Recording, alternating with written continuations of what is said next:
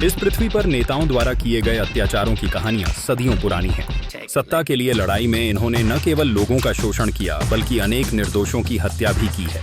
राजनीति के इस कुख्यात खेल में आम जनता कई बार जाल में फंस जाती है, unaware of the grim realities behind eloquent speeches. नेता जो शक्ति के शीर्ष तक पहुंचने का सपना देख रहे होते हैं, अक्सर चतुराई से अपना खेल खेलते हैं। उनको अपने शब्दों में इतना आकर्षक और सम्मोहक बनाने की कला आती है कि कोई भी उनकी बातों में फंस सकता है। ये जनमानस की भावनाओं के साथ खेलते हैं, सुख दुख के क्षणों को अपने फायदे के लिए इस्तेमाल करते हैं।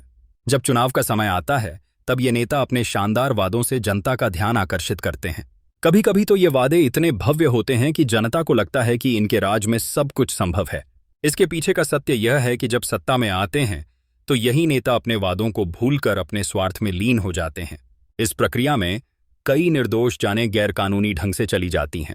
युद्ध, संक्रांति और अन्य संघर्षों में निर्दोष महिलाएं, बच्चे और वृद्ध भी इसका शिकार बनते हैं। इन नेताओं के लिए यह केवल एक रणनीति होती है, जबकि शिकार हुए लोग अपने मूलभूत अधिकारों से वंचित हो जाते हैं। ये चतुर नेता हमेशा जनसंख्या की गरीबी और अशिक्षा का फायदा उठाते हैं। इसके लिए वे जनता के बीच असहमति और द्वेष की भावना को भड़काते हैं। जब जनता एक दूसरे से लड़ती है तो नेता निज स्वार्थ की बलि चढ़ाकर सत्ता की मलाई काटते हैं। हालांकि एक समय आता है जब जनता जागरूक हो जाती है, लोगों को उनके अधिकार और उत्तरदायित्व की समझ बढ़ती है।